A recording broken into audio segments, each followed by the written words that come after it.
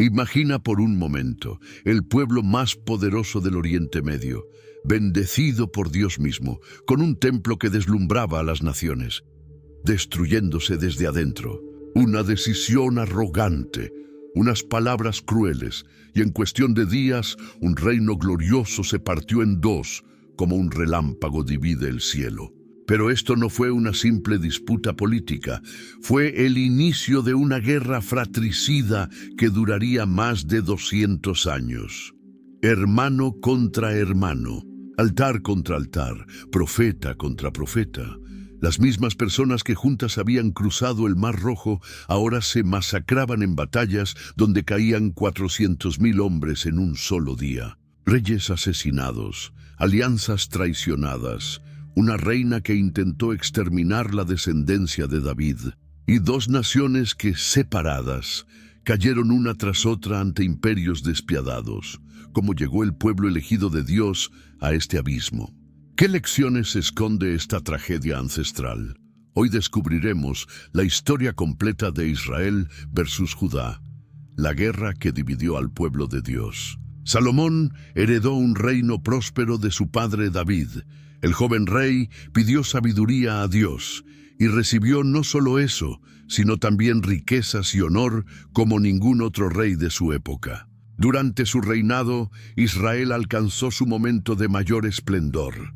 El proyecto más ambicioso de Salomón fue la construcción del templo en Jerusalén, una estructura magnífica que tardó 7 años en completarse. En el libro de Primeros Reyes, capítulo 6, versículos 1 al 2, la Escritura registra: en el año 480 después que los hijos de Israel salieron de Egipto, el 4.º año del principio del reino de Salomón sobre Israel, en el mes de Sif, que es el mes segundo, él comenzó a edificar la casa de Jehová.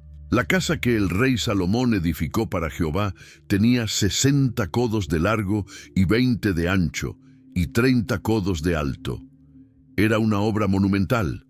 Las paredes estaban recubiertas de cedro del Líbano, el interior resplandecía con oro puro, y los querubines tallados custodiaban el lugar santísimo. Cuando el templo fue terminado, la gloria de Dios llenó el lugar de tal manera que los sacerdotes no podían permanecer de pie. Israel había alcanzado su cúspide, pero detrás de toda esta magnificencia había un costo que muchos no veían. Para construir el templo y todos sus palacios, Salomón necesitaba mano de obra masiva. En 1 Reyes capítulo 5, versículo 13, leemos: y el rey Salomón impuso leva a todo Israel, y la leva fue de 30.000 hombres. Estos hombres eran enviados al Líbano en turnos, 10.000 cada mes. Un mes trabajaban en el Líbano y 2 meses estaban en sus casas. Además de estos 30.000, Salomón tenía 70.000 cargadores y 80.000 cortadores en los montes. El versículo 15 del mismo capítulo lo confirma. Era un sistema de trabajos forzados que pesaba especialmente sobre las tribus del norte. Mientras Jerusalén y Judá disfrutaban de los beneficios del progreso, el resto de Israel sudaba bajo cargas cada vez más pesadas. Los impuestos también eran abrumadores. Salomón dividió el reino en 12 distritos, y cada uno debía proveer alimentos para el rey y su casa durante un mes al año. En 1 Reyes, capítulo 4, versículos 22 y 23, la Biblia describe la provisión diaria de Salomón. La provisión de Salomón para cada día era de 30 coros de flor de harina, 60 coros de harina, 10 bueyes gordos, 20 bueyes de pasto y 100 ovejas, sin los ciervos, gacelas, corzos y aves gordas. Esto era solo para un día. Multiplicado por todos los días del año, el peso sobre el pueblo era enorme. La gloria de Salomón se construía sobre los hombros cansados de su pueblo. El hombre más sabio de la tierra comenzó a tomar decisiones necias. Salomón había recibido advertencias claras de Dios sobre los peligros que enfrentaría como rey. En Deuteronomio capítulo 17 versículos 16 y 17, la ley establecía límites para los reyes de Israel. Pero él no aumentará para sí caballos, ni hará volver al pueblo a Egipto con el fin de aumentar caballos, porque Jehová os ha dicho, no volváis nunca por este camino, ni tomará para sí muchas mujeres, para que su corazón no se desvíe, ni plata ni oro amontonará para sí en abundancia. Salomón violó cada una de estas prohibiciones, acumuló riquezas, multiplicó caballos, y lo más peligroso, tomó muchas mujeres. En 1 Reyes capítulo 11 versículo 3 leemos algo sorprendente. Y tuvo 700 mujeres reinas y 300 concubinas, y sus mujeres desviaron su corazón. No eran simples matrimonios. Cada esposa representaba una alianza política con naciones vecinas. Pero estas mujeres trajeron consigo sus dioses, sus altares, sus rituales paganos, y Salomón, en lugar de convertirlas al Dios de Israel, permitió que ellas convirtieran su corazón. El versículo 4 del mismo capítulo es devastador. Y cuando Salomón era ya viejo, sus mujeres inclinaron su corazón tras dioses ajenos, y su corazón no era perfecto con Jehová su Dios, como el corazón de su padre David. El hombre que había pedido sabiduría ahora adoraba a Astoret, diosa de los sidonios, y a Milcom, el horrible dios de los amonitas.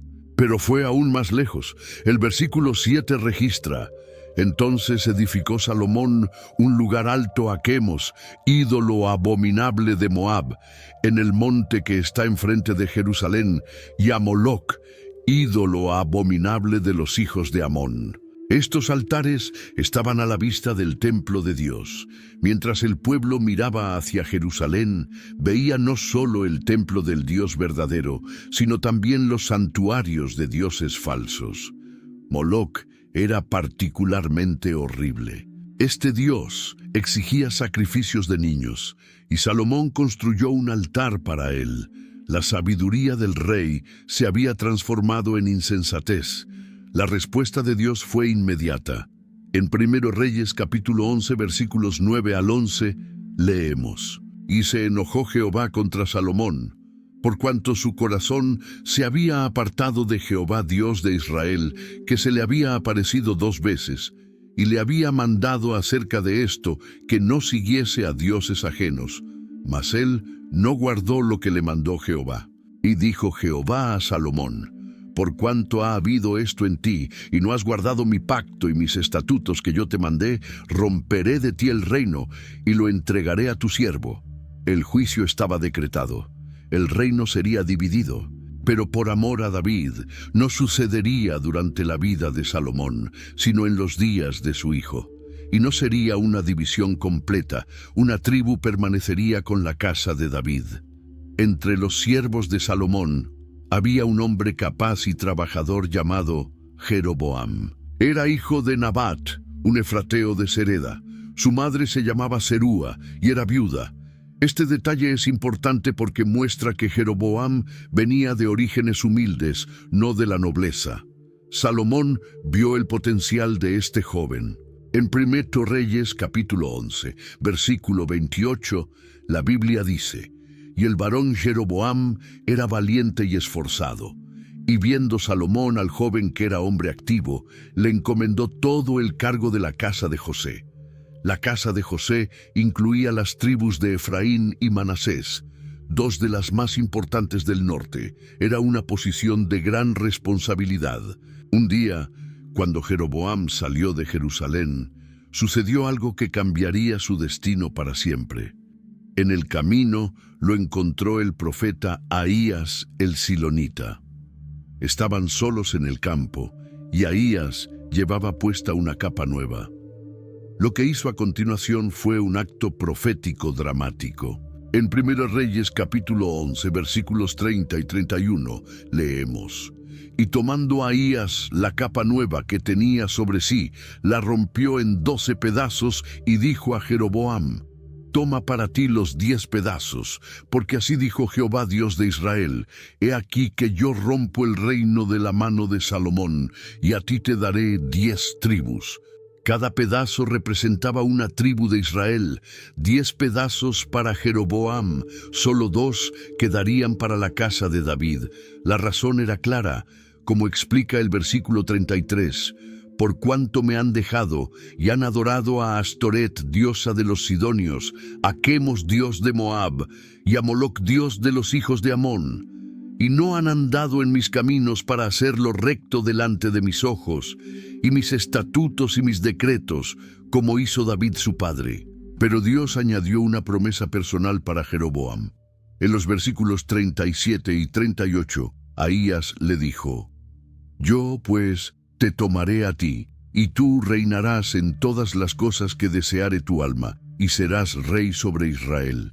Y si prestares oído a todas las cosas que te mandare, y anduvieres en mis caminos, e hicieres lo recto delante de mis ojos, guardando mis estatutos y mis mandamientos, como hizo David mi siervo, yo estaré contigo, y te edificaré casa firme, como la edifiqué a David, y yo te entregaré a Israel. Era una oferta increíble. Jeroboam podría tener una dinastía eterna como la de David, si tan solo obedecía a Dios. Pero esta promesa venía con una condición: debía andar en los caminos de Dios. Las noticias viajan rápido en los palacios.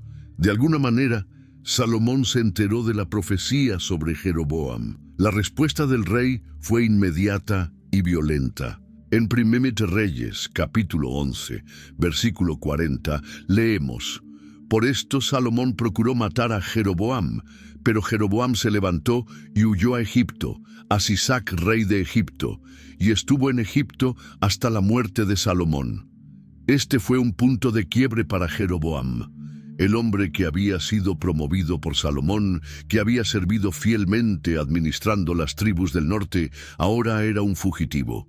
Su único crimen era haber sido elegido por Dios. Tuvo que abandonar su tierra, su posición, su pueblo, y huir al extranjero. Egipto era el lugar obvio para escapar. Estaba fuera del alcance de Salomón, y el faraón Sisac ofrecía refugio a los enemigos del rey de Israel. No era la primera vez que un futuro líder de Israel encontraba refugio en Egipto. Moisés había huido allí siglos antes. Ahora Jeroboam seguía el mismo camino. Pero esta huida hizo algo más que salvar su vida. Transformó a Jeroboam en un símbolo. Las tribus del norte, que ya estaban cansadas de las cargas de Salomón, ahora tenían un héroe, un hombre perseguido injustamente por el rey, un hombre que Dios mismo había elegido. La persecución de Salomón solo aumentó el prestigio de Jeroboam entre el pueblo oprimido. En Egipto, Jeroboam esperó. No podía regresar mientras Salomón viviera, pero la profecía era clara. El reino sería dividido en los días del hijo de Salomón. Jeroboam solo necesitaba paciencia. Su tiempo llegaría. Esta experiencia también le enseñó algo importante sobre el poder egipcio. Conoció a Sisac personalmente, vio su ejército, entendió sus estrategias.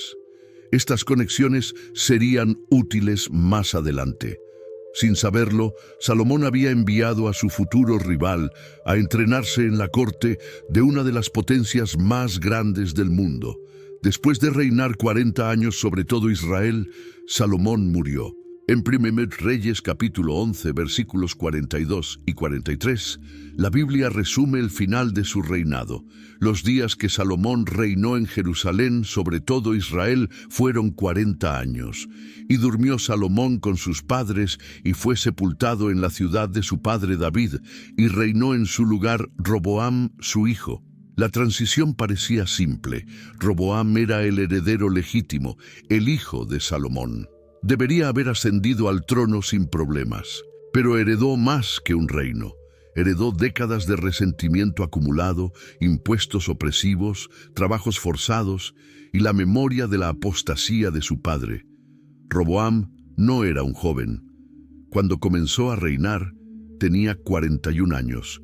según Primero Reyes, capítulo 14, versículo 21. Era un hombre maduro, no un adolescente inexperto. Pero la madurez en edad no siempre significa madurez en sabiduría. Su madre era Naama, una amonita. Esto es significativo porque muestra que incluso el heredero al trono era producto de los matrimonios políticos de Salomón con mujeres extranjeras. Las tribus del norte no estaban dispuestas a aceptar automáticamente a Roboam como rey.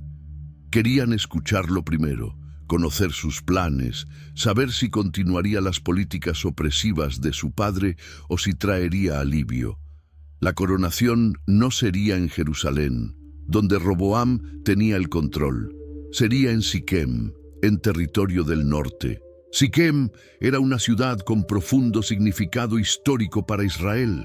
Allí, Abraham había construido el primer altar cuando llegó a Canaán. Jacob había comprado tierra en esa zona. Josué había reunido a todas las tribus en Siquem para renovar el pacto con Dios. Era tierra sagrada, neutral, un lugar donde todas las tribus podían reunirse. La elección de Siquem para la asamblea era un mensaje claro. Las tribus del norte no vendrían a Jerusalén como súbditos humildes. Roboam tendría que venir a ellos como candidato a rey, no como monarca establecido. Era una inversión de poder que presagiaba problemas. Cuando llegaron las noticias de la muerte de Salomón a Egipto, Jeroboam supo que había llegado su momento. En Primero Reyes capítulo 12, versículo 2, leemos: Y aconteció que cuando lo oyó Jeroboam, hijo de Nabat, que aún estaba en Egipto, a donde había huido de delante del rey Salomón y habitaba en Egipto. El texto luego indica que fue llamado de vuelta por el pueblo. El versículo 3 continúa: enviaron a llamarlo. Vino pues Jeroboam y toda la congregación de Israel, y hablaron a Roboam, diciendo: Jeroboam no volvió solo. Regresó con el respaldo de toda la congregación de Israel. Las tribus del norte lo habían elegido como su portavoz. Él sería quien presentaría sus demandas a Roboam. La petición era directa y razonable. El versículo 4 registra sus palabras: Tu padre agravó nuestro yugo, mas ahora disminuye tú algo de la dura servidumbre de tu padre y del yugo pesado que puso sobre nosotros, y te serviremos. No estaban rechazando la monarquía. No estaban exigiendo independencia, solo pedían alivio. Era una solicitud justa. Reconocían que Salomón había sido duro con ellos. Los trabajos forzados, los impuestos pesados, las cargas continuas habían agotado al pueblo. Si Roboam demostraba compasión, si aligeraba un poco el yugo, ellos le servirían lealmente. Le estaban dando una oportunidad de oro para unir el reino bajo su liderazgo. Roboam no respondió de inmediato. En el versículo 5 les dijo: Idos, y de aquí a 3 días volved a mí. Y el pueblo se fue. Era una respuesta prudente. Necesitaba tiempo para consultar y pensar. 3 días no era mucho, pero era suficiente para buscar consejo. Durante esos 3 días, el futuro de Israel pendía de un hilo. Roboam tenía que tomar la decisión más importante de su vida. ¿Seguiría el camino de la dureza o el camino de la misericordia? ¿Continuaría las políticas de su padre o inauguraría una nueva era? Todo dependía del consejo que escuchara y de la sabiduría con la que lo aplicara. Roboam buscó primero la sabiduría de los hombres experimentados. En Primer Reyes, capítulo 12, versículo 6, leemos: Entonces el rey Roboam pidió consejo de los ancianos que habían estado delante de Salomón su padre cuando vivía, y dijo: ¿Cómo aconsejáis vosotros que responda a este pueblo? Estos ancianos conocían bien la situación. Habían servido a Salomón durante todo su reinado. Habían visto la gloria, pero también habían visto el costo. Conocían al pueblo, entendían sus quejas, sabían que las demandas no eran exageradas. Su consejo fue sabio y directo. El versículo 7 registra su respuesta. Y ellos le hablaron diciendo: si tú fueres hoy siervo de este pueblo y lo sirvieres, y respondiéndoles buenas palabras les hablares, ellos te servirán para siempre. Era un principio revolucionario de liderazgo. El rey debe servir al pueblo, no solo exigir que el pueblo lo sirva. Les estaban diciendo a Roboam que el verdadero poder viene del servicio. Si se humillaba hoy, si mostraba compasión, si aliviaba las cargas, ganaría la lealtad eterna del pueblo. Un día de humildad le compraría décadas de lealtad. Era un trato extraordinario, pero este consejo requería humildad. Requería que Roboam admitiera implícitamente que su padre había sido demasiado duro.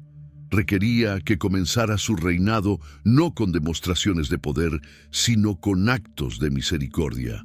Para un hombre que acababa de heredar el trono más poderoso de la región, esto podía parecer debilidad. Roboam no estuvo satisfecho con esta respuesta. El versículo 8 dice: pero él dejó el consejo que los ancianos le habían dado y pidió consejo de los jóvenes que se habían criado con él y que estaban delante de él. Esta fue su primera gran equivocación. Despreció la sabiduría de la experiencia y buscó la opinión de sus compañeros de generación. Los jóvenes que se habían criado con él eran diferentes de los ancianos. Habían crecido en el palacio, disfrutando de los beneficios del reinado de Salomón sin sentir las cargas del pueblo. No conocían el sufrimiento de los trabajos forzados. No habían sudado bajo el peso de los impuestos. Solo conocían el lujo y el poder. Roboam les hizo la misma pregunta: ¿cómo aconsejáis vosotros que respondamos a este pueblo que me ha hablado diciendo: disminuye algo del yugo que tu padre puso sobre nosotros? La respuesta de los jóvenes sería completamente diferente de la de los ancianos. Los jóvenes consejeros vieron la situación de manera completamente diferente. Para ellos, la petición del pueblo no era una oportunidad para mostrar misericordia, sino una amenaza que debía aplastarse. En 1 Reyes capítulo 12, versículos 10 y 11, leemos su consejo. Entonces los jóvenes que se habían criado con él le respondieron diciendo: así hablarás a este pueblo que te ha dicho estas palabras: tu padre agravó nuestro yugo, mas tú disminúyenos algo. Así les hablarás: el menor dedo de los míos es más grueso que los lomos de mi padre. Ahora pues, mi padre os cargó de yugo pesado, mas yo añadiré a vuestro yugo. Mi padre os castigó con azotes, mas yo os castigaré con escorpiones. Era un consejo de arrogancia pura. Les decían que mostrara fuerza, que intimidara al pueblo, que les hiciera saber desde el principio quién mandaba. El mensaje era claro: si pensaban que Salomón fue duro, no habían visto nada todavía. Roboam sería aún más severo. La metáfora de los escorpiones era particularmente cruel. Los azotes eran látigos comunes, pero los escorpiones eran látigos con puntas de metal o púas, diseñados para causar el máximo dolor. Era una amenaza de violencia aumentada, de opresión multiplicada. Pasaron los 3 días. El pueblo regresó a Siquem según lo acordado. En el versículo 12 leemos: y al tercer día vino Jeroboam con todo el pueblo a Roboam, según el rey lo había mandado, diciendo: volved a mí al tercer día. Llegaron con esperanza, esperando una respuesta favorable, pero Roboam había tomado su decisión. El versículo 13 es devastador. Y el rey respondió al pueblo duramente, dejando el consejo que los ancianos le habían dado. Había elegido el camino de la fuerza sobre el camino de la sabiduría. Había elegido a los jóvenes inexpertos sobre los ancianos sabios. Los versículos 14 y 15 registran las palabras exactas: y les habló conforme al consejo de los jóvenes, diciendo: mi padre agravó vuestro yugo, pero yo añadiré a vuestro yugo. Mi padre os castigó con azotes, mas yo os castigaré con escorpiones.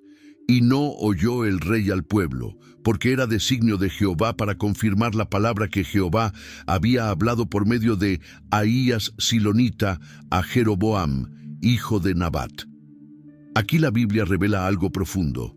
Aunque Roboam tomó una decisión necia por su propia voluntad, Dios estaba usando incluso esta necedad para cumplir su propósito. La profecía hecha a Jeroboam años antes estaba a punto de cumplirse. El reino sería dividido, no por invasión extranjera, sino por la arrogancia de un rey joven que no supo escuchar. Las palabras de Roboam cayeron sobre el pueblo como un martillo. Habían venido con humildad, pidiendo alivio, recibieron amenazas.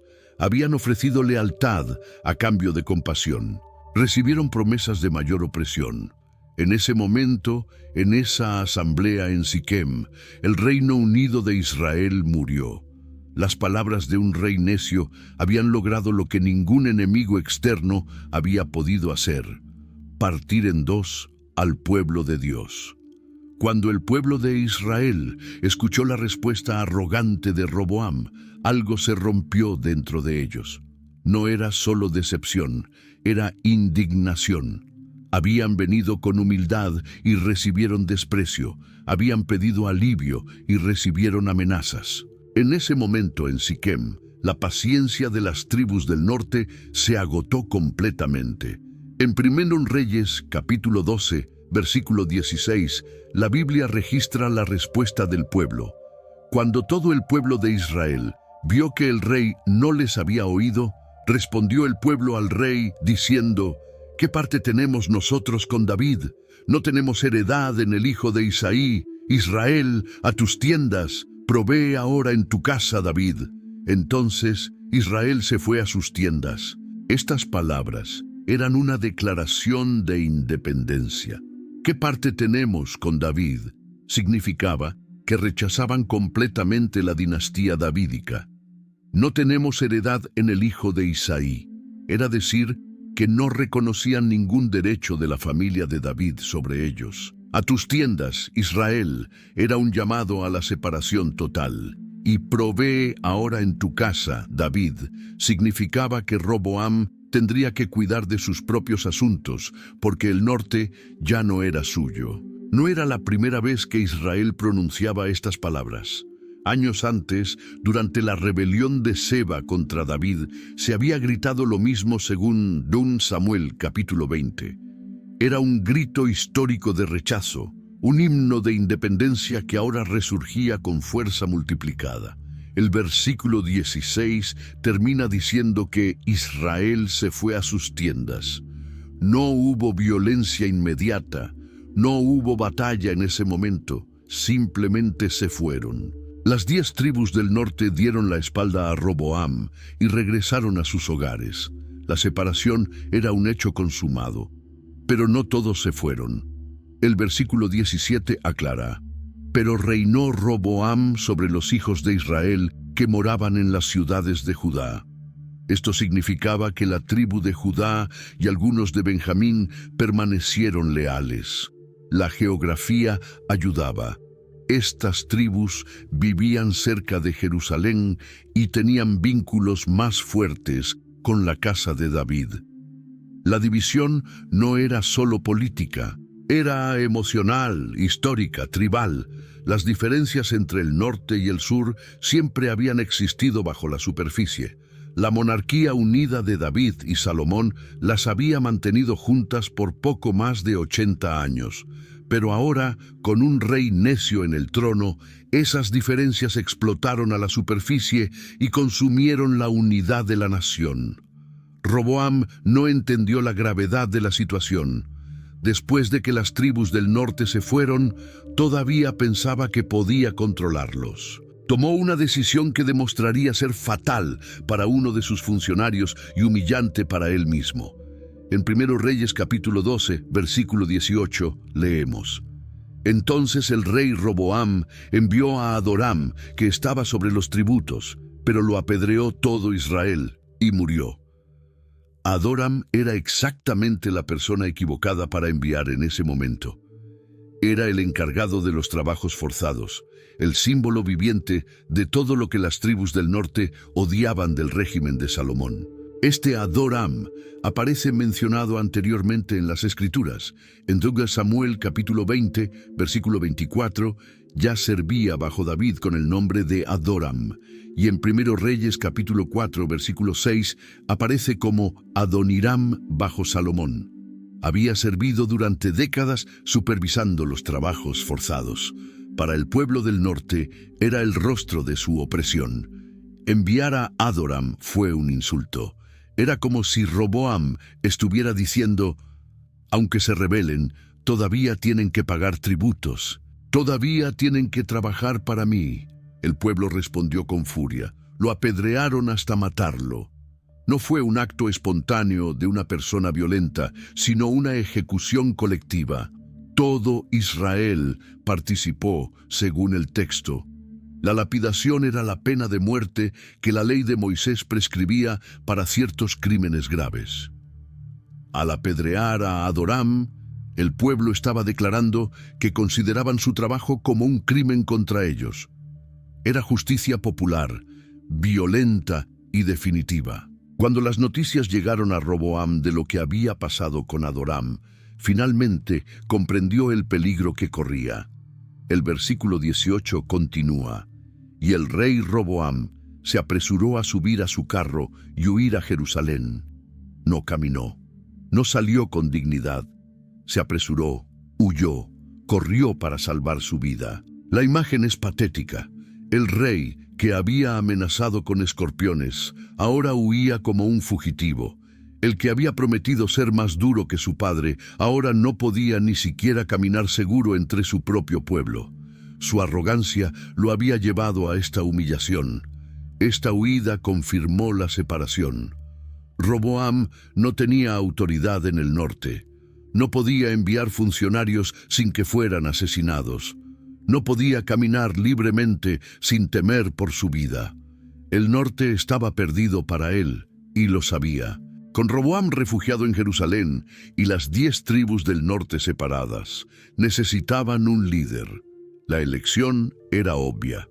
En 1 Reyes capítulo 12, versículo 20, la Biblia registra: y aconteció que oyendo todo Israel que Jeroboam había vuelto, enviaron a llamarle a la congregación, y le hicieron rey sobre todo Israel, y no quedó tribu alguna que siguiese la casa de David, sino solo la tribu de Judá. No fue una imposición, fue una elección popular. Enviaron a llamarle. Muestra que fue el pueblo quien tomó la iniciativa. Le hicieron rey. Indica que fue una coronación legítima con el apoyo de todas las tribus del norte. Jeroboam no tomó el poder por la fuerza, lo recibió por aclamación. La profecía de Ahías se había cumplido.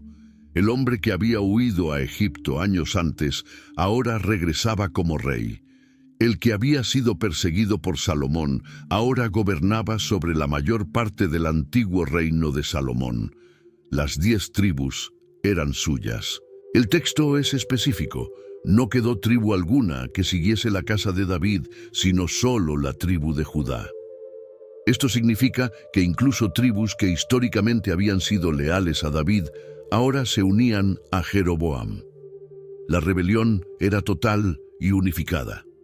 Jeroboam estableció su capital en Siquem, el mismo lugar donde se había consumado la ruptura. En el versículo 25 leemos: y reedificó Jeroboam a Siquem en el monte de Efraín, y habitó en ella, y saliendo de allí, reedificó a Penuel. Siquem estaba en el corazón del territorio de Efraín, la tribu más poderosa del norte. Era una ubicación estratégica, tanto militar como simbólicamente. Pero reedificar Siquem no era suficiente. Jeroboam también fortaleció Penuel, al este del Jordán. Esto mostraba su visión estratégica. Necesitaba controlar ambos lados del río. Penuel también tenía significado histórico. Era el lugar donde Jacob había luchado con el ángel. El reino del norte era más grande que el reino del sur. Tenía más territorio, más población, más recursos agrícolas. Las tierras fértiles de Jezreel estaban en el norte. El comercio con Fenicia pasaba por territorio del norte. En términos puramente materiales, Jeroboam había recibido la mejor parte. Pero había un problema enorme que amenazaba todo su reino. El templo estaba en Jerusalén, en territorio de Roboam. Y la ley de Moisés exigía que todos los hombres de Israel subieran a Jerusalén 3 veces al año para las grandes festividades. Si su pueblo seguía yendo a Jerusalén para adorar, ¿cuánto tiempo pasaría antes de que sus corazones se volvieran hacia la casa de David? Jeroboam enfrentaba un conflicto entre la política y la religión. Como rey, necesitaba la lealtad de su pueblo. Pero como israelita, sabía que Dios había ordenado que todas las tribus adoraran en Jerusalén, en el templo construido por Salomón. Este dilema lo consumió. En 1 Reyes capítulo 12, versículo 26, leemos sus pensamientos. Y dijo Jeroboam en su corazón: ahora se volverá el reino a la casa de David. Era un miedo político legítimo. Cada vez que sus súbditos fueran a Jerusalén para las fiestas, verían la magnificencia del templo, participarían en los rituales dirigidos por los sacerdotes levitas y estarían bajo la influencia de Roboam. El versículo 27 continúa su razonamiento. Si este pueblo subiere a ofrecer sacrificios en la casa de Jehová en Jerusalén, el corazón de este pueblo se volverá a su señor Roboam, rey de Judá, y me matarán a mí, y se volverán a Roboam, rey de Judá. Su lógica era clara. La religión centralizada en Jerusalén era una amenaza existencial para su reino. No estaba completamente equivocado en su análisis. La adoración común había sido uno de los elementos que mantenía unidas a las tribus. El templo era el corazón espiritual de la nación. Si su pueblo seguía yendo allí, la división política podría eventualmente desvanecerse. Pero Jeroboam cometió un error fundamental. Puso su seguridad política por encima de la obediencia a Dios. En lugar de confiar en que Dios mantendría su promesa de establecer su reino si obedecía, decidió tomar el asunto en sus propias manos. En lugar de buscar una solución dentro de los límites de la ley de Dios, decidió crear su propia religión. El versículo 28 registra su decisión. Y habiendo tenido consejo, hizo el rey 2 becerros de oro, y dijo al pueblo: bastante habéis subido a Jerusalén, he aquí tus dioses, oh Israel, los cuales te hicieron subir de la tierra de Egipto. Esta decisión cambiaría el destino de su reino para siempre. La frase «habiendo tenido consejo» muestra que no actuó solo. Consultó con otros, probablemente líderes políticos y tal vez incluso algunos sacerdotes corruptos. Pero ningún consejero piadoso le habría recomendado lo que estaba a punto de hacer.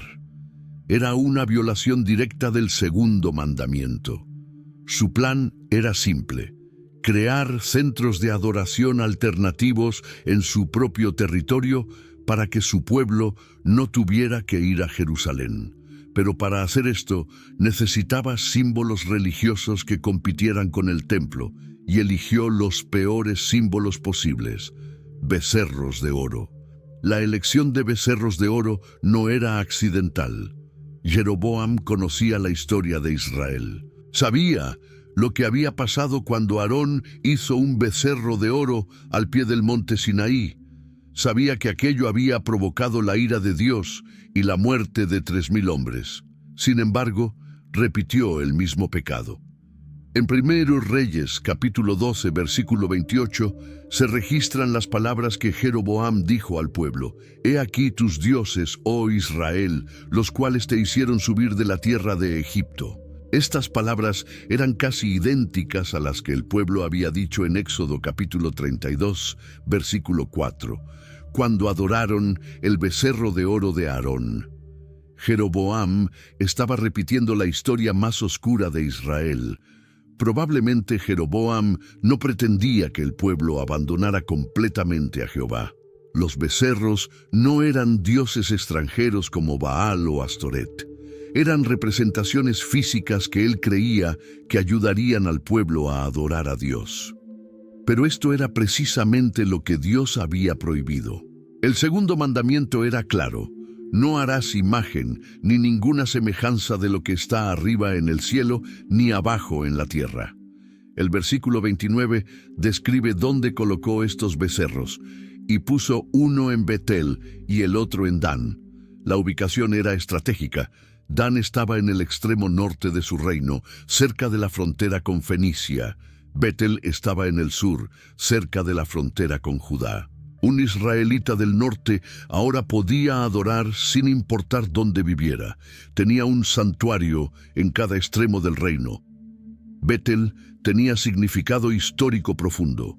Era el lugar donde Jacob había tenido su visión de la escalera que llegaba al cielo, donde Dios le había confirmado las promesas hechas a Abraham. Jacob había llamado al lugar Betel, que significa casa de Dios. Ahora Jeroboam estaba profanando ese lugar sagrado con un ídolo. Dan también tenía historia, pero no toda era positiva. En el libro de Jueces, la tribu de Dan ya había establecido un centro de adoración problemático allí, con un sacerdocio irregular. Jeroboam simplemente expandió y oficializó lo que ya existía de manera corrupta. El versículo 30 revela la consecuencia. Y esto fue causa de pecado, porque el pueblo iba a adorar delante de uno hasta Dan. La adoración de los becerros no se quedó como un asunto menor. Se convirtió en el pecado definitorio del reino del norte. Cada rey que vino después de Jeroboam sería juzgado por si anduvo en los pecados de Jeroboam, hijo de Nabat. Los becerros permanecieron durante toda la historia del reino del norte. Ningún rey los quitó. Algunos reyes agregaron más idolatría adorando a Baal y a Asera. Otros intentaron reformas superficiales. Pero los becerros de oro de Jeroboam permanecieron como la apostasía fundamental del norte, hasta que Asiria destruyó el reino más de 200 años después. Jeroboam no se detuvo con los becerros de oro. Había un problema logístico. Los sacerdotes legítimos, los descendientes de Aarón de la tribu de Leví, no estaban dispuestos a servir en su sistema idólatra. Muchos de ellos abandonaron el reino del norte y se mudaron a Judá para permanecer fieles a Dios. En 2 Crónicas capítulo 11, versículos 13 y 14, se describe este éxodo. Y los sacerdotes y levitas que estaban en todo Israel se juntaron a él desde todos los lugares donde vivían. Porque los levitas dejaban sus ejidos y sus posesiones y se venían a Judá y a Jerusalén, pues Jeroboam y sus hijos los echaban del ministerio de Jehová. Esta migración de los levitas fue un golpe para Jeroboam. Los sacerdotes legítimos rechazaban su sistema religioso. Necesitaba reemplazarlos, pero no podía simplemente ordenar a otros levitas porque ellos se negaban. Su solución fue radical: crear un sacerdocio completamente nuevo. En 1 Reyes capítulo 12, versículo 31, leemos: Hizo también casas sobre los lugares altos, e hizo sacerdotes de entre el pueblo que no eran de los hijos de Leví. Esto era una violación directa de la ley de Moisés. Dios había designado específicamente a la tribu de Leví para el servicio del tabernáculo y luego del templo. Ninguna otra tribu podía servir como sacerdotes. La frase «de entre el pueblo» significaba que cualquiera podía ser sacerdote en el sistema de Jeroboam. No importaba la tribu, no importaba el linaje, no importaba la preparación espiritual. Si alguien quería ser sacerdote, podía serlo. En 2 Crónicas capítulo 13, versículo 9, se describe cómo cualquiera venía a consagrarse con un becerro y 7 carneros y era hecho sacerdote. Este era un sacerdocio comprado, no llamado por Dios. Era un sistema corrupto desde su fundación. Los hombres que servían no tenían el entrenamiento que los levitas recibían, no conocían las leyes de pureza, no entendían los rituales correctos. Servían porque querían el puesto, no porque Dios los había llamado. Jeroboam también alteró el calendario religioso. El versículo 32 dice: Entonces instituyó Jeroboam fiesta solemne en el mes octavo, a los 15 días del mes, conforme a la fiesta solemne que se celebraba en Judá, y sacrificó sobre un altar. La fiesta de los tabernáculos, según la ley de Moisés, se celebraba en el 7º mes. Jeroboam la movió al 8º mes. ¿Por qué cambiar la fecha? Probablemente quería evitar que su pueblo fuera tentado a ir a Jerusalén durante la festividad real. Si la fiesta en el norte ocurría un mes después de la fiesta en el sur, su pueblo no podría asistir a ambas. Tendrían que elegir, y Jeroboam se aseguraba de que eligieran quedarse en el norte. El versículo 32 continúa: Así hizo en Betel, sacrificando a los becerros que había hecho, y estableció en Betel sacerdotes de los lugares altos que él había fabricado. Jeroboam mismo actuaba como sacerdote, ofreciendo sacrificios. Esto era doblemente ilegal. No solo no era levita, sino que ni siquiera era de la tribu de Judá, de donde debían venir los reyes. El versículo 33 concluye: Sacrificó, pues, sobre el altar que él había hecho en Betel a los 15 días del mes octavo, el mes que él había inventado de su propio corazón, e hizo fiesta a los hijos de Israel y subió al altar para quemar incienso. La frase que él había inventado de su propio corazón es clave. No estaba siguiendo instrucciones divinas, estaba creando una religión según su propia imaginación. Mientras Jeroboam consolidaba su poder en el norte, Roboam no se quedó de brazos cruzados en Jerusalén. Aunque había perdido la mayor parte del reino, todavía controlaba Judá y parte de Benjamín. Su primera reacción fue militar. En 1 Reyes, capítulo 12, versículo 21, leemos: Cuando Roboam llegó a Jerusalén, reunió de la casa de Judá y de la tribu de Benjamín a 180,000 hombres, guerreros escogidos, con el fin de pelear contra la casa de Israel y hacer volver el reino a Roboam, hijo de Salomón. Su plan era simple: recuperar el reino por la fuerza. El número era impresionante: 180,000 guerreros. Esto muestra que Judá y Benjamín, aunque más pequeñas en territorio, tenían considerable poder militar. Roboam no estaba dispuesto a aceptar la división sin luchar. Quería restaurar el Reino Unido bajo su autoridad. Estos eran guerreros escogidos, es decir, soldados entrenados y experimentados, no simplemente ciudadanos reclutados. Roboam estaba organizando una invasión seria. El objetivo era claro: hacer volver el reino a Roboam. No buscaba venganza, buscaba restauración. Quería que las 10 tribus volvieran bajo su control. Pero antes de que pudiera lanzar su campaña militar, Dios intervino de manera directa. Esta intervención será el tema del siguiente subtópico, así que aquí nos enfocamos en lo que Roboam hizo después de que se le prohibió atacar a Israel. En 2 Crónicas, capítulo 11, versículos 5 al 12, se describe cómo Roboam fortificó su reino.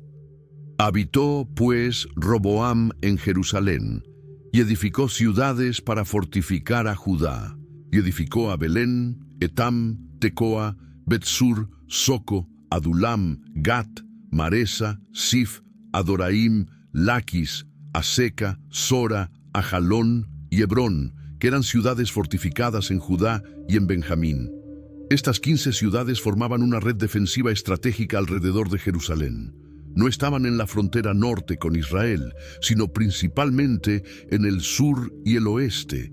Esto muestra que Roboam temía más una invasión desde Egipto o desde los filisteos que un ataque desde el norte. El versículo 11 continúa: reforzó también las fortalezas y puso en ellas capitanes y provisiones y vino y aceite.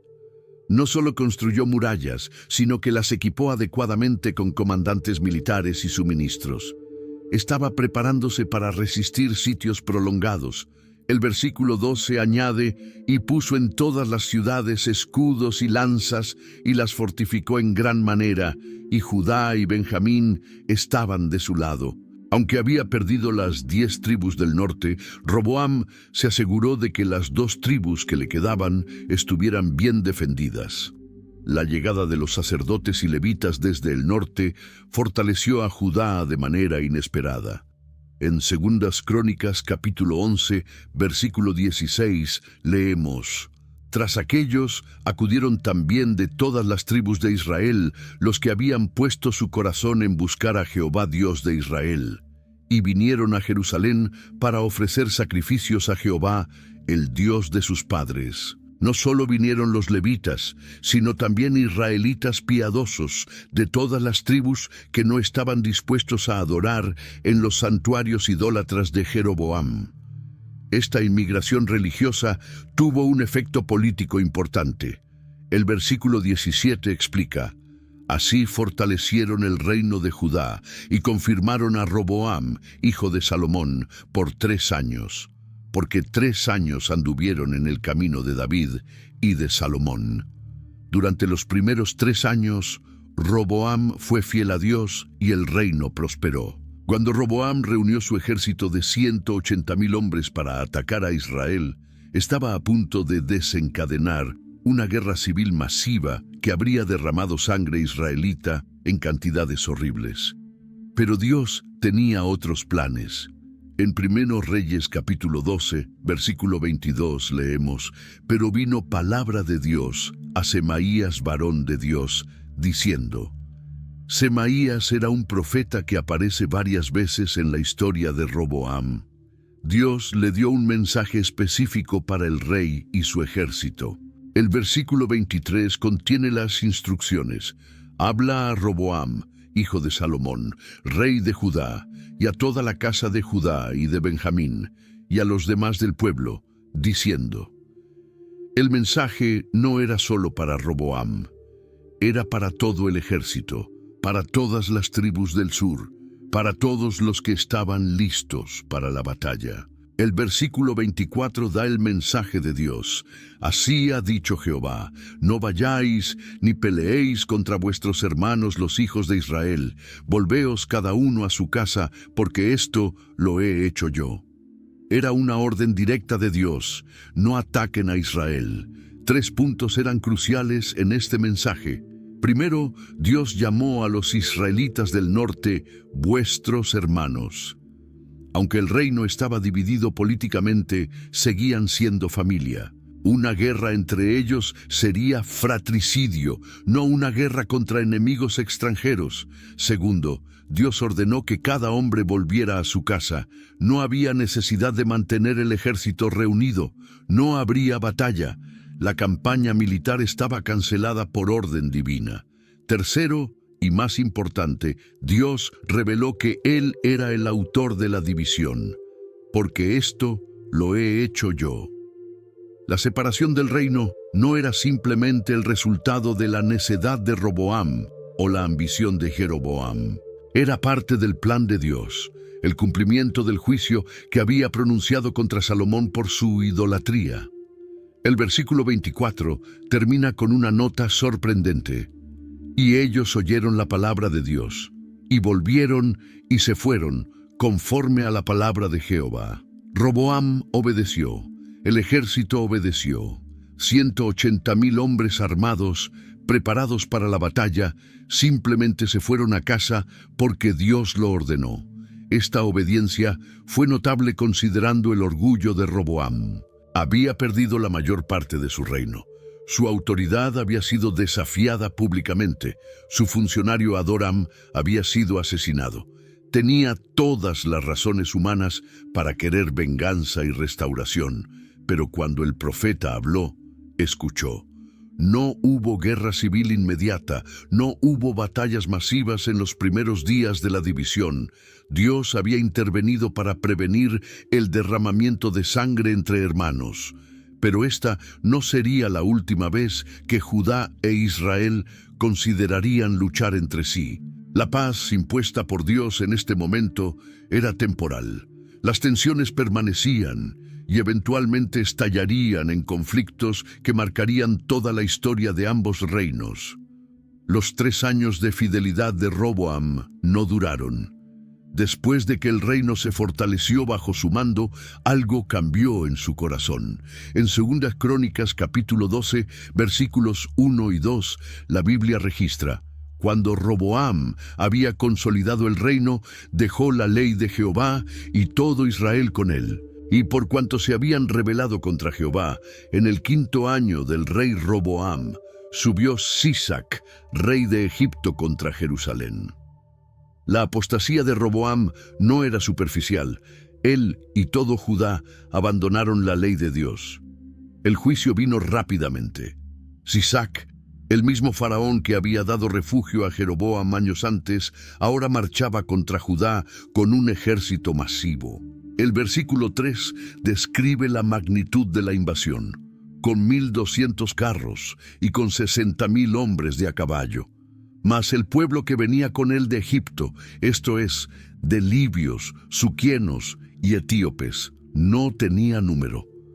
No era solo un ejército egipcio, era una coalición de naciones africanas bajo el mando de Egipto. Los números eran abrumadores para cualquier defensa que Judá pudiera montar. Sisac no solo marchó directamente hacia Jerusalén. El versículo 4 dice: y tomó las ciudades fortificadas de Judá y llegó hasta Jerusalén. Aquellas 15 ciudades que Roboam había fortificado tan cuidadosamente cayeron una tras otra ante el poderío egipcio. Toda la red defensiva que había construido no pudo detener el avance implacable de los ejércitos de Sisac. Cuando Sisac llegó a las puertas de Jerusalén, Roboam y los príncipes de Judá se reunieron en la ciudad, aterrorizados por la magnitud del ejército que los rodeaba. En ese momento crítico, el profeta Semaías vino a ellos con un mensaje directo de Dios. El versículo 5 registra sus palabras: así ha dicho Jehová, vosotros me habéis dejado, y yo también os he dejado en manos de Sisac.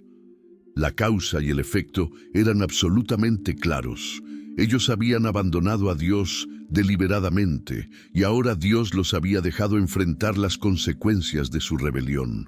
No había promesa de liberación automática, no había garantía de victoria divina como en tiempos pasados. El versículo 6 muestra una respuesta sorprendente: y los príncipes de Israel y el rey se humillaron diciendo: justo es Jehová. No trataron de justificarse ni de culpar a otros. Reconocieron que el juicio era completamente merecido.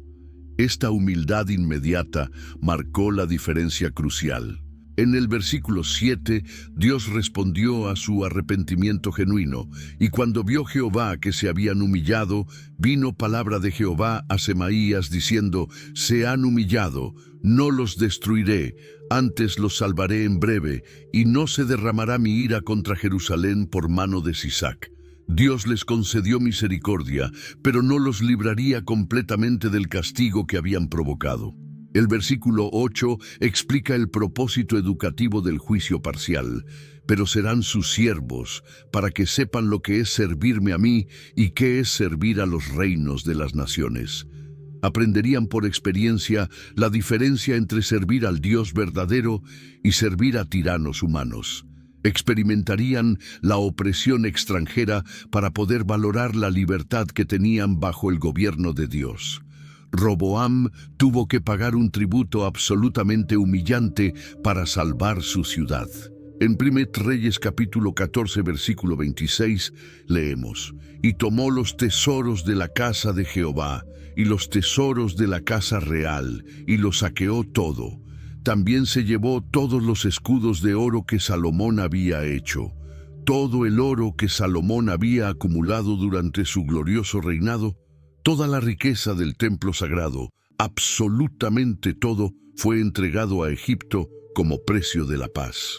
El versículo 27 muestra cuán bajo había caído el reino una vez glorioso. Y en lugar de ellos hizo el rey Roboam escudos de bronce y los entregó a los jefes de la guardia, quienes custodiaban la puerta de la casa real. Los magníficos escudos de oro puro fueron reemplazados por simples escudos de bronce común. Era un símbolo perfecto y doloroso de la degradación total del reino. La gloria se había ido completamente. Después de 17 años de reinado marcados por conflicto constante, Roboam murió. Su hijo Abías heredó no solo el trono, sino también la guerra interminable con el reino del norte. En 1 Reyes capítulo 15, versículo 6, se resume la situación heredada. Y hubo guerra entre Roboam y Jeroboam todos los días de su vida. Esta guerra había sido constante, agotadora, sin tregua durante todo el reinado de Roboam. Bajo Abías, el conflicto alcanzó un punto crítico explosivo. En 2 Crónicas capítulo 13, versículo 3, se describe el enfrentamiento masivo. Entonces Abías ordenó batalla con un ejército de 400.000 hombres de guerra, valerosos y escogidos.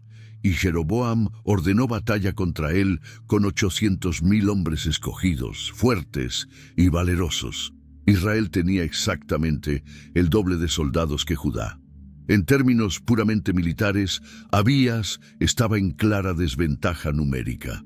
Antes de que comenzara la batalla sangrienta, Abías subió al monte Semaraim, ubicado en la región montañosa de Efraín, y pronunció un discurso poderoso dirigido directamente a Jeroboam y a todo el ejército israelita reunido. El versículo 4 lo introduce. Y se levantó Abías sobre el monte de Semaraim, que está en los montes de Efraín, y dijo: «Oídme, Jeroboam y todo Israel». Su discurso fue una acusación religiosa y política devastadora.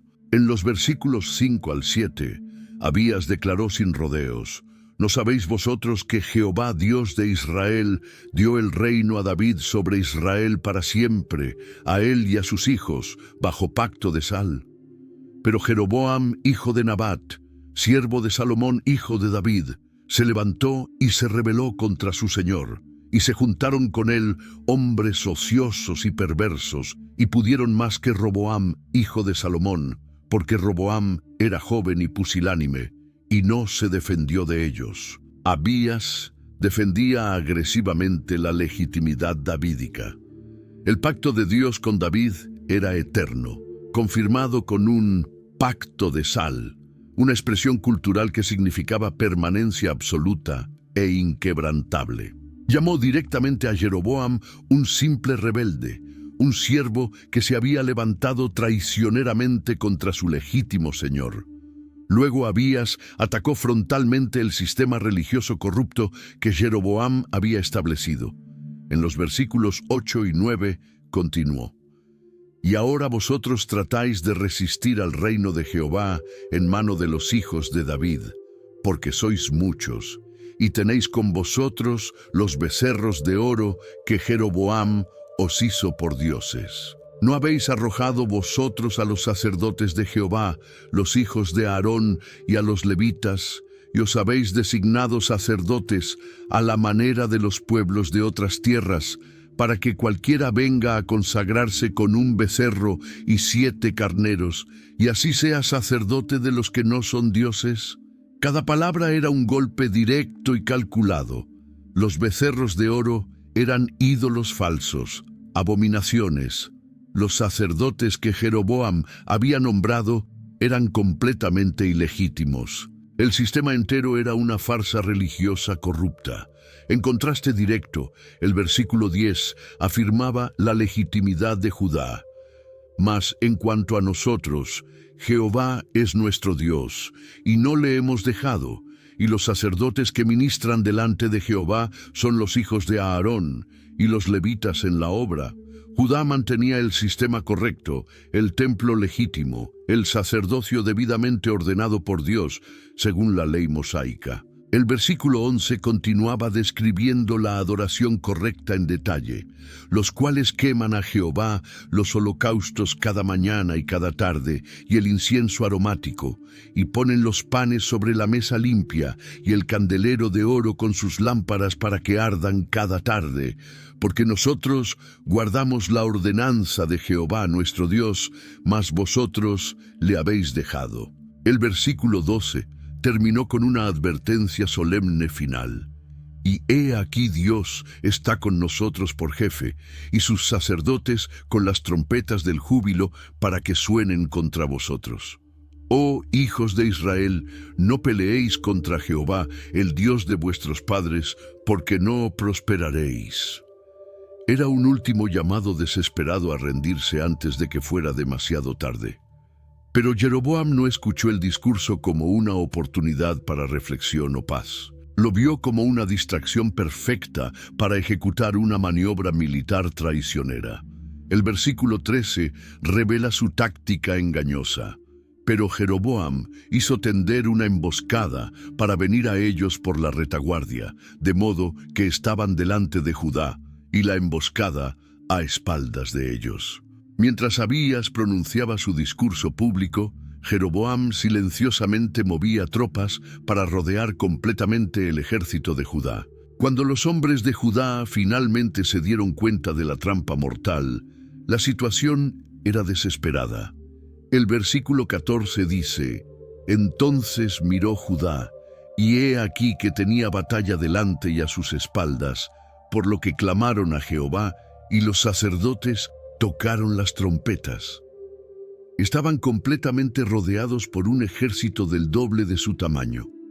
Humanamente hablando, no había escapatoria posible. Pero algo extraordinario y sobrenatural sucedió en ese preciso momento. El versículo 15 registra el milagro. Entonces los de Judá gritaron con fuerza, y así que ellos alzaron el grito, Dios desbarató a Jeroboam y a todo Israel delante de Abías y de Judá. Dios mismo intervino directamente y de manera visible en la batalla. El versículo 16 continúa describiendo el pánico. Y huyeron los hijos de Israel delante de Judá, y Dios los entregó en sus manos. Un ejército de 800,000 hombres huyó aterrorizado delante de un ejército de 400,000 que estaba completamente rodeado momentos antes. El versículo 17 describe la masacre que siguió. Y Abías y su gente hicieron en ellos gran mortandad, y cayeron heridos de Israel 500,000 hombres escogidos. 500,000 de soldados israelitas murieron en un solo día de batalla. Era una de las masacres más sangrientas registradas en toda la historia de ambos reinos hermanos. El versículo 18 explica la verdadera razón de este resultado imposible. Así fueron humillados los hijos de Israel en aquel tiempo, y los hijos de Judá prevalecieron, porque se apoyaban en Jehová, el Dios de sus padres. No fue superioridad militar ni estrategia brillante, fue dependencia total de Dios. Abías no se detuvo con la victoria en el campo de batalla, persiguió agresivamente a Jeroboam en retirada y capturó ciudades estratégicas importantes. El versículo 19 dice, y siguió Abías a Jeroboam, y le tomó algunas ciudades, a Betel con sus aldeas, a Gesana con sus aldeas, y a Efrón con sus aldeas. Betel, donde estaba ubicado uno de los infames becerros de oro, cayó temporalmente en manos de Judá. El versículo 20 revela el destino final de Jeroboam. Y nunca más tuvo Jeroboam poderío en los días de Abías, y Jehová lo hirió, y murió. La derrota militar y psicológica lo quebrantó completamente.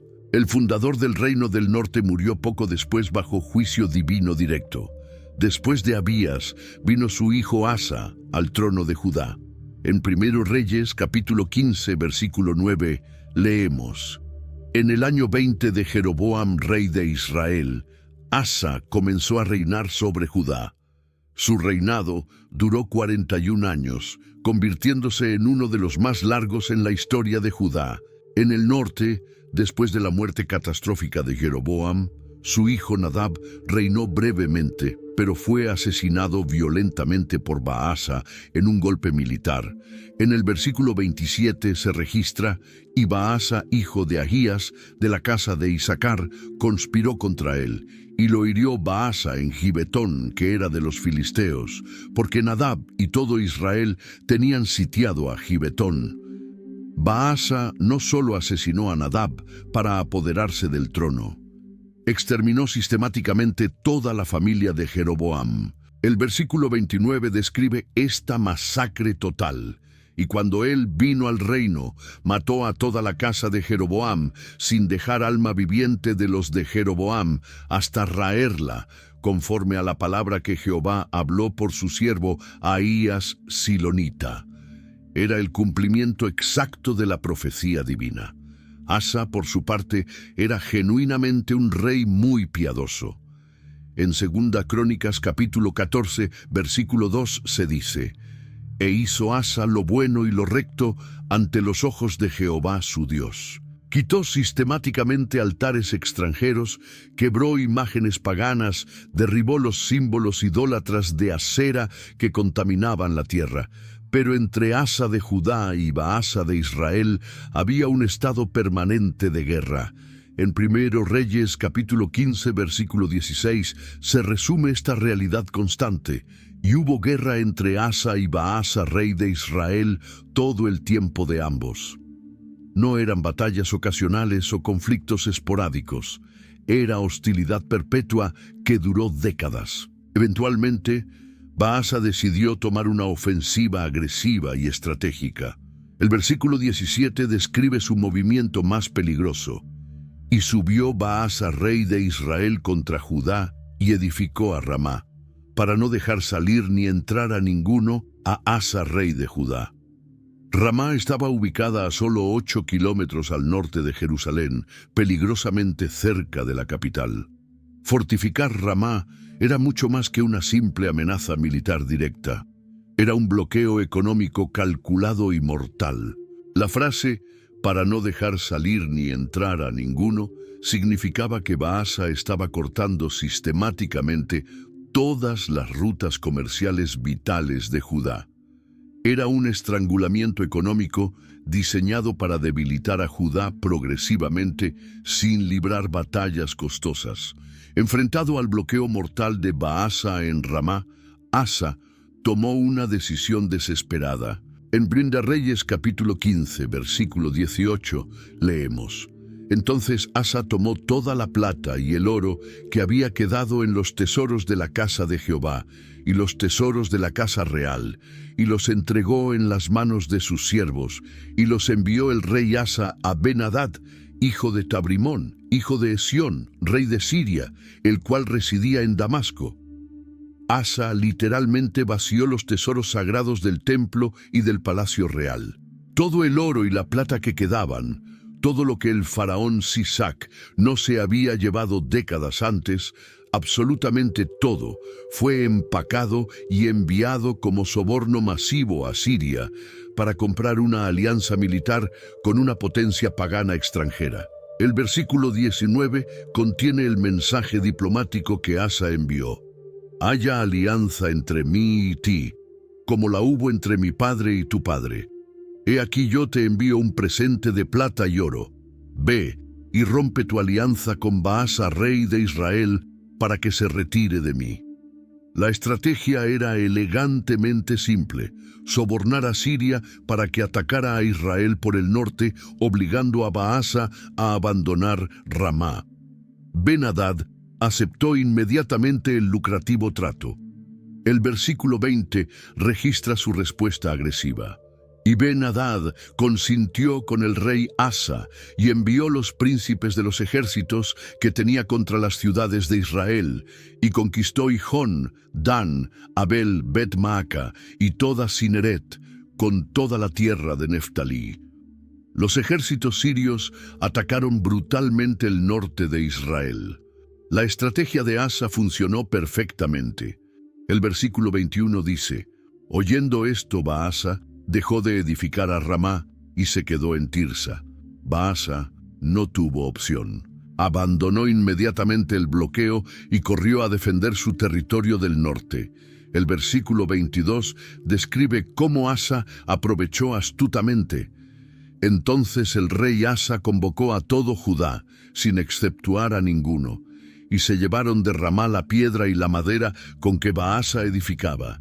Y el rey Asa edificó con ello a Geba de Benjamín y a Mispa. Era una victoria militar completa, pero había un enorme costo espiritual escondido.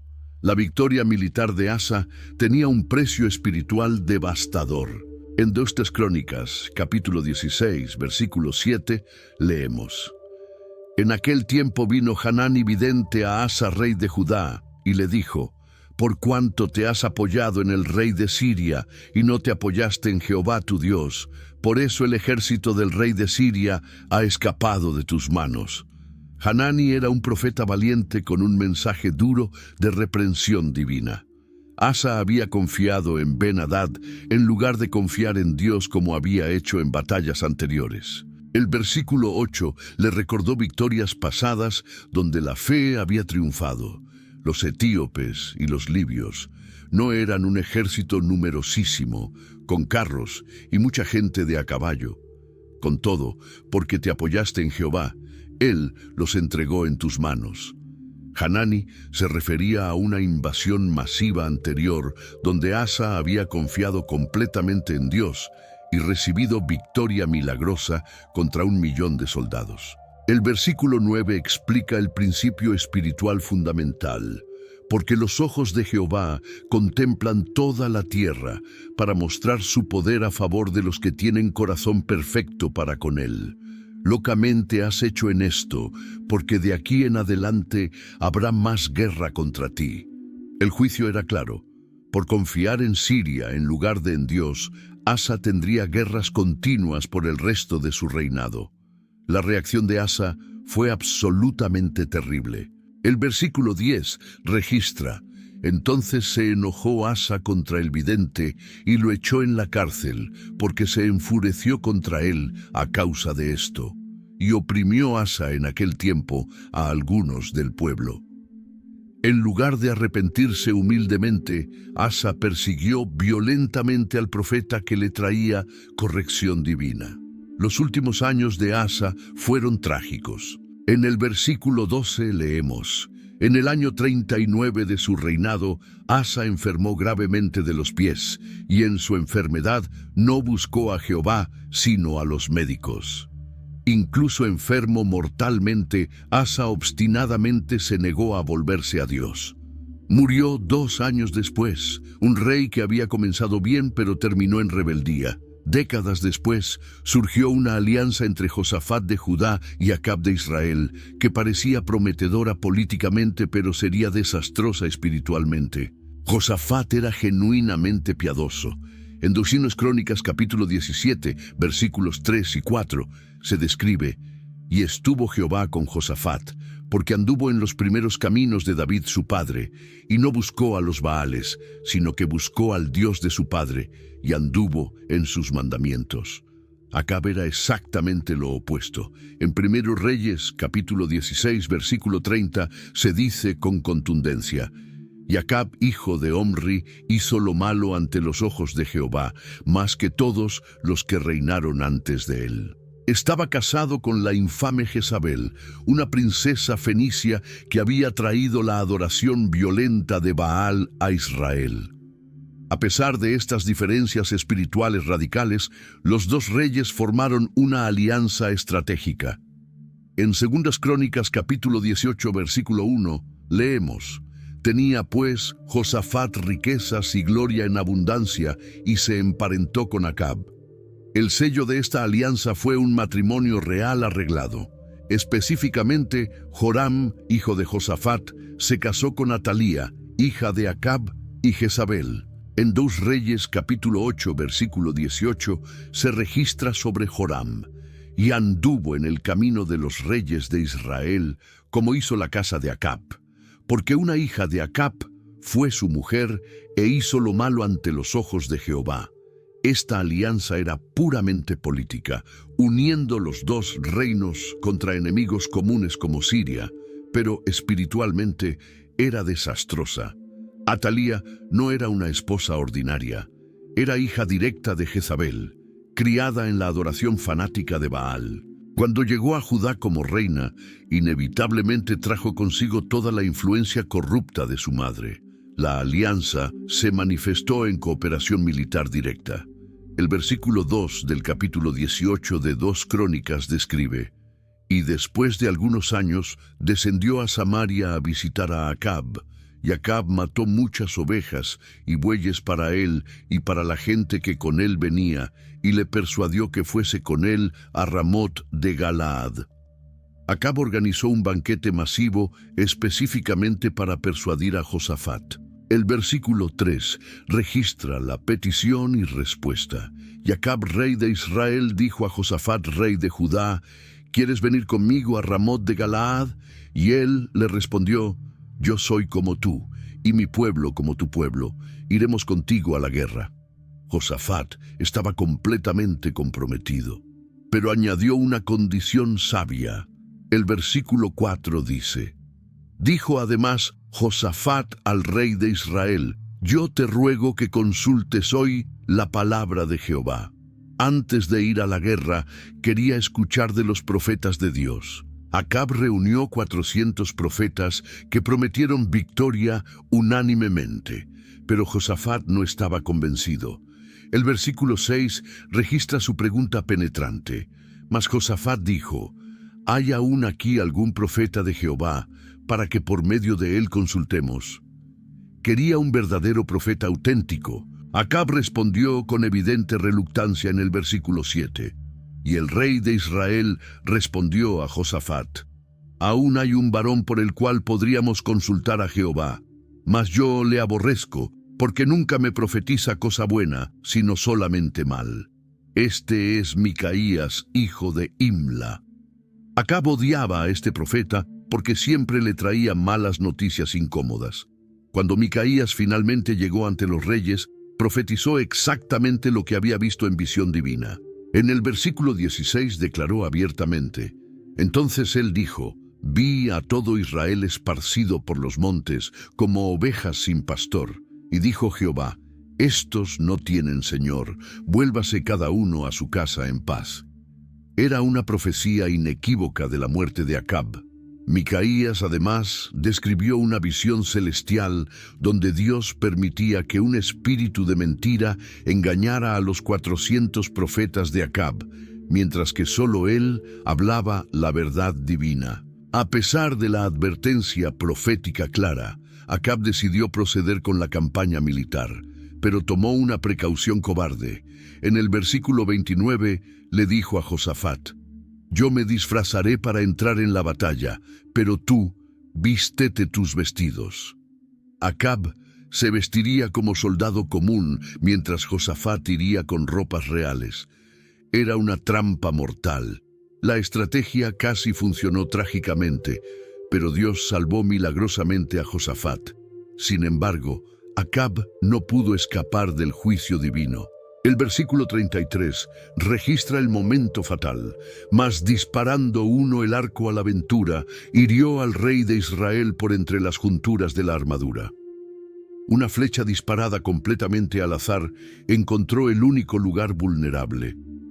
El versículo 34 concluye sobriamente: «Pero la batalla había arreciado aquel día, y el rey de Israel estuvo en pie en el carro frente a los sirios hasta la tarde, mas murió a la puesta del sol».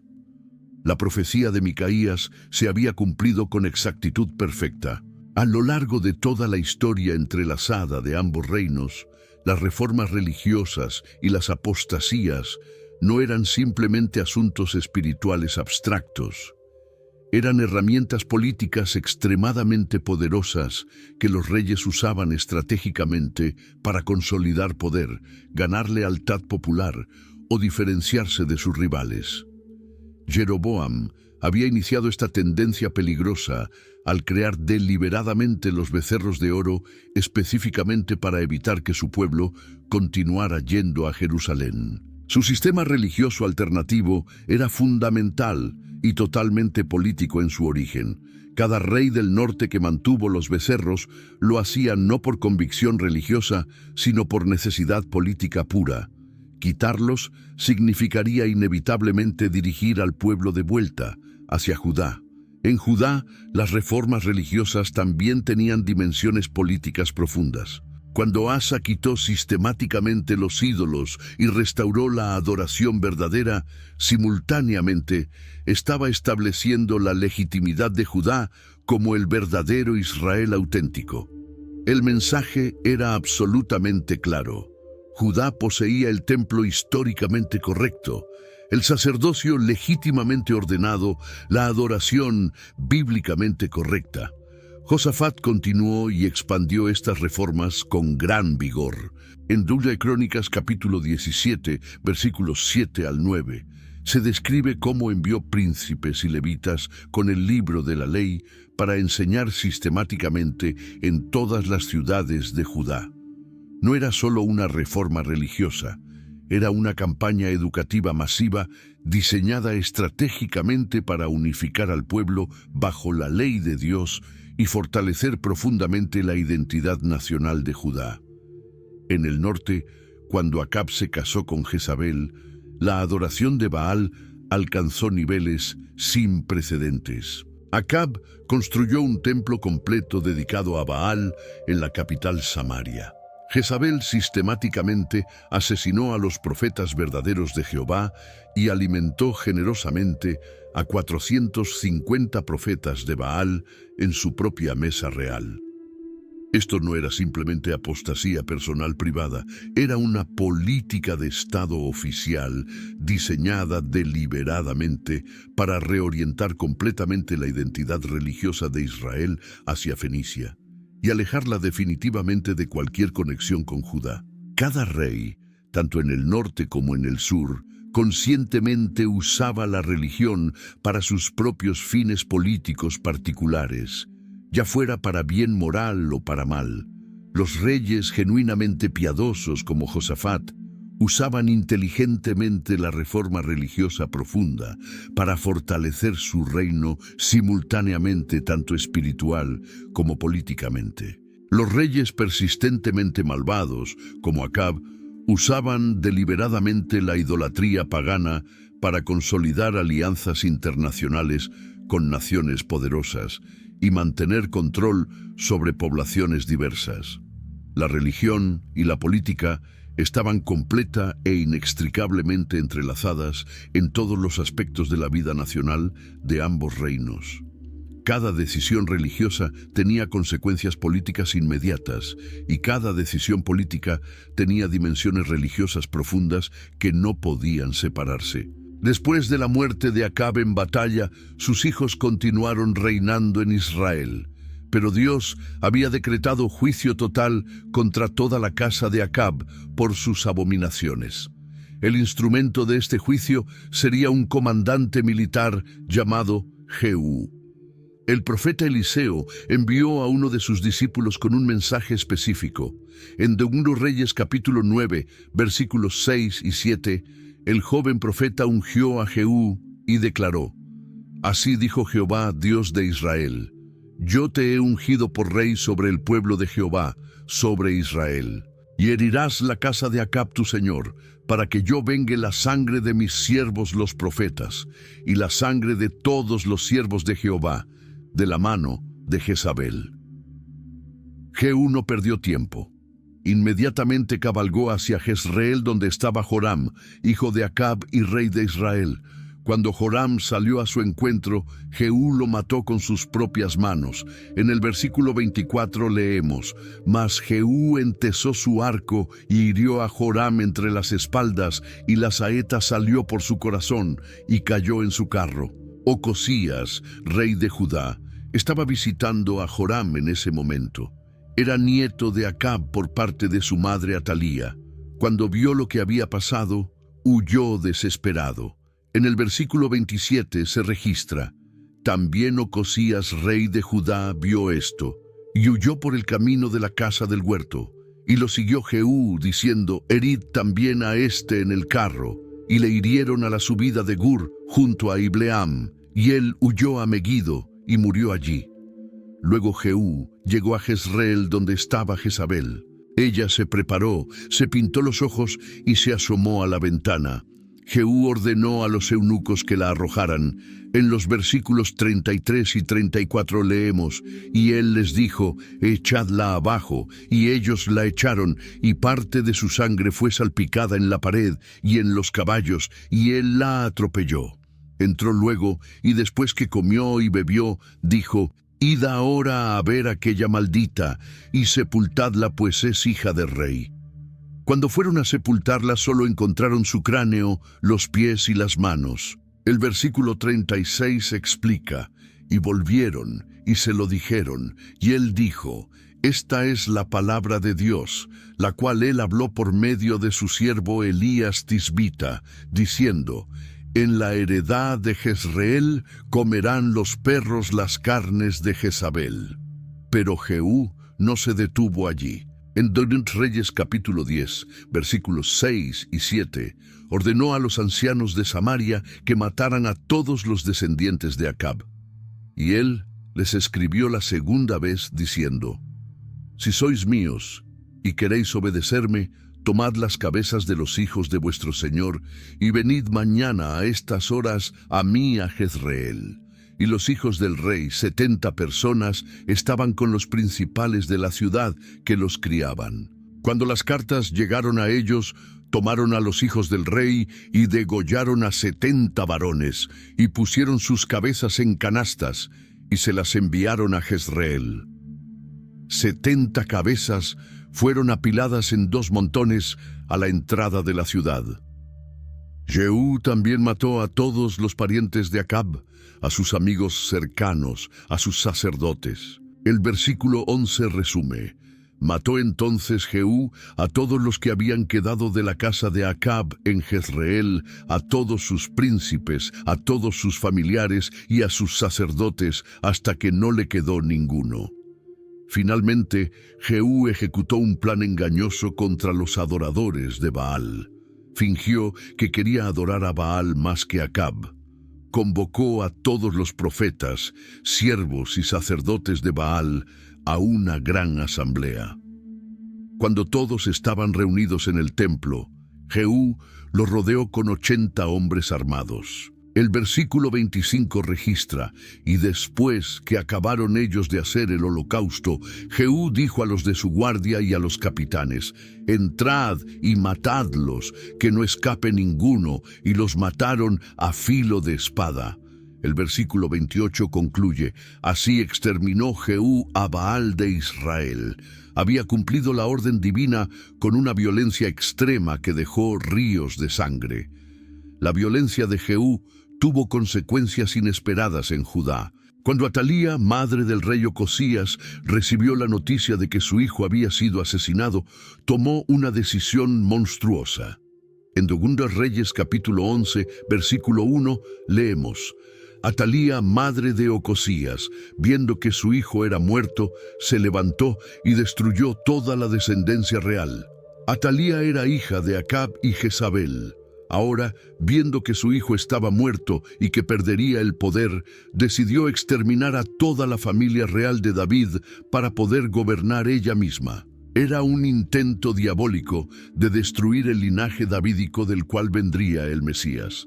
Pero hubo una intervención providencial. El versículo 2 registra: «Pero Josaba, hija del rey Joram, hermana de Ocosías, tomó a Joás, hijo de Ocosías, y lo hurtó de entre los hijos del rey, a quienes estaban matando, y lo ocultó de delante de Atalía, a él y a su nodriza, en la cámara de las camas, y no lo mataron». Josaba era tía del pequeño Joás. Arriesgando su vida, lo escondió junto con su nodriza. El versículo 3 continúa: «Y estuvo con ella escondido en la casa de Jehová 6 años, y Atalía fue reina sobre el país». Durante 6 años, el último descendiente de David vivía oculto en el templo. Josaba estaba casada con Joiada, el sumo sacerdote. Después de 6 años, Joiada decidió actuar. En el versículo 4 leemos: «Mas al 7º año envió Joiada y tomó capitanes de centenas, de los de la guardia y de los de la escolta, y los trajo consigo a la casa de Jehová, e hizo con ellos pacto, juramentándolos en la casa de Jehová, y les mostró al hijo del rey». Joiada organizó cuidadosamente un golpe de estado. El versículo 12 describe el momento culminante. Sacando entonces al hijo del rey, le puso la corona y le dio el testimonio, y le hicieron rey ungiéndole, y batiendo las manos dijeron: «Viva el rey». El pequeño Joás, de solo 7 años, fue coronado públicamente. Cuando Atalía escuchó el ruido, corrió al templo. El versículo 14 registra: «Y cuando miró, he aquí el rey que estaba junto a la columna, conforme a la costumbre, y los príncipes y los trompeteros junto al rey, y que todo el pueblo de la tierra se regocijaba, y que tocaban las trompetas». Entonces Atalía, rasgando sus vestidos, clamó: «¡Traición, traición!». Pero ya era tarde para ella. El versículo 16 concluye: «Entonces le hicieron lugar, y fue por el camino por donde entran los de a caballo a la casa del rey, y allí la mataron». La mujer que había intentado destruir el linaje de David fue ejecutada. El versículo 17 describe la renovación del pacto. Entonces Joiada hizo pacto entre Jehová y el rey y el pueblo, que serían pueblo de Jehová, asimismo entre el rey y el pueblo. Judá regresaba a la adoración del Dios verdadero. Después de las masacres de Jehú y el reinado violento de Atalía, ambos reinos entraron en un período de debilidad extrema. Las naciones vecinas aprovecharon esta vulnerabilidad. En el norte, aunque Jehú había cumplido la voluntad de Dios al destruir la casa de Acab, no abandonó los pecados de Jeroboam. En 2 Reyes capítulo 10, versículo 31, se dice: «Mas Jehú no cuidó de andar en la ley de Jehová, Dios de Israel, con todo su corazón, ni se apartó de los pecados de Jeroboam, el que había hecho pecar a Israel». Como consecuencia, Israel comenzó a ser debilitado. El versículo 32 registra: «En aquellos días comenzó Jehová a cercenar el territorio de Israel, y los derrotó Hazael por todas las fronteras de Israel». Hazael, rey de Siria, se convirtió en el azote de Israel. La situación empeoró bajo Joacás, hijo de Jehú. En 2 Reyes, capítulo 13, versículos 3 y 4, leemos: «Y se encendió el furor de Jehová contra Israel, y los entregó en mano de Hazael, rey de Siria, y en mano de Ben-Hadad, hijo de Hazael, por largo tiempo. Mas Joacás oró en presencia de Jehová, y Jehová le oyó, porque miró la aflicción de Israel, pues el rey de Siria los afligía». A pesar de la oración, el daño era enorme. El versículo 7 describe cuán reducido quedó el ejército, porque no le había quedado gente a Joacás, sino 50 hombres de a caballo, 10 carros y 10,000 hombres de a pie, pues el rey de Siria los había destruido y los había puesto como polvo para hollar. De cientos de miles, Israel quedó reducido a una fuerza militar insignificante. En Judá, las cosas también se deterioraron. Después de la muerte de Joiada, Joás abandonó la fe. En 2 Crónicas capítulo 24, versículo 18, leemos: «Y desampararon la casa de Jehová, el Dios de sus padres, y sirvieron a los símbolos de Asera y a las imágenes esculpidas. Y la ira vino sobre Judá y Jerusalén por este su pecado». Cuando Zacarías, hijo de Joiada, confrontó al rey, Joás ordenó su ejecución. En el versículo 21 leemos: «Mas ellos hicieron conspiración contra él, y por mandato del rey lo apedrearon en el atrio de la casa de Jehová». Era una ingratitud monstruosa. El juicio vino rápidamente.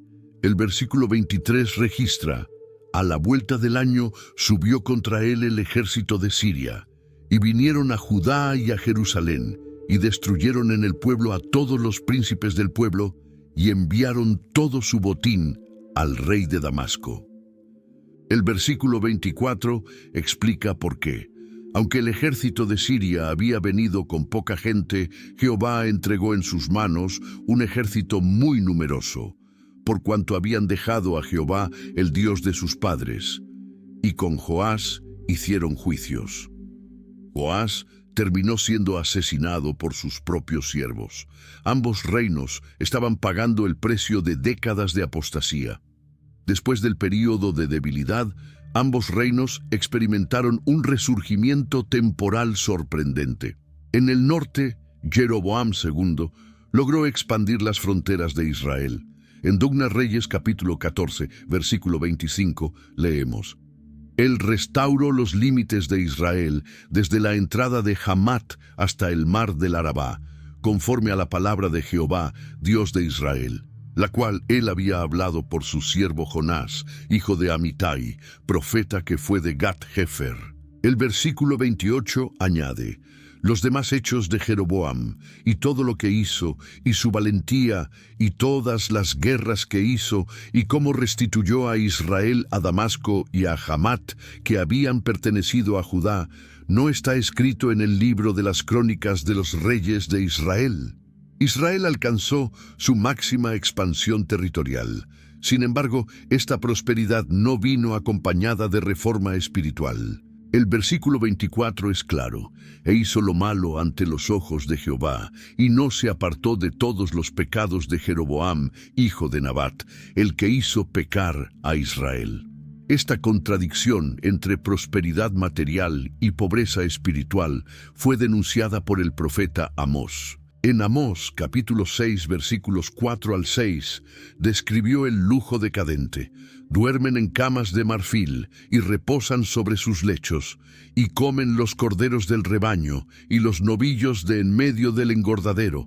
Gorjean al son de la flauta e inventan instrumentos musicales como David.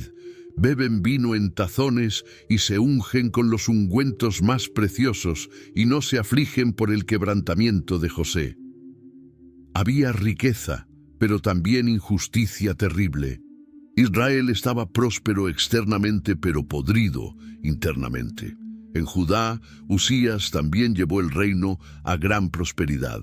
En 2 Crónicas capítulo 26, versículo 4, se dice: E hizo lo recto ante los ojos de Jehová, conforme a todas las cosas que había hecho Amasías su padre. Los versículos 6 al 8 describen sus conquistas. Y salió y peleó contra los filisteos, y rompió el muro de Gat, el muro de Jabnia y el muro de Asdod, y edificó ciudades en Asdod y en la tierra de los filisteos. Y Dios le ayudó contra los filisteos y contra los árabes que habitaban en Gurbal, y contra los amonitas, y dieron los amonitas tributo a Usías, y se extendió su fama hasta la entrada de Egipto, porque se había hecho altamente poderoso. Su ejército era impresionante. En el versículo 13 leemos: Y bajo la mano de estos estaba el ejército de guerra, de 307.500 hombres poderosos y fuertes para ayudar al rey contra los enemigos. Pero la prosperidad llevó al orgullo. El versículo 16 marca el punto de quiebre. Mas cuando ya era fuerte, su corazón se enalteció para su ruina, porque se rebeló contra Jehová su Dios, entrando en el templo de Jehová para quemar incienso en el altar del incienso. El versículo 19 registra el juicio inmediato. Entonces Usías, teniendo en la mano un incensario para ofrecer incienso, se llenó de ira, y en su ira contra los sacerdotes, la lepra le brotó en la frente, delante de los sacerdotes, en la casa de Jehová, junto al altar del incienso. Usías fue leproso hasta su muerte. El versículo 21 describe su final.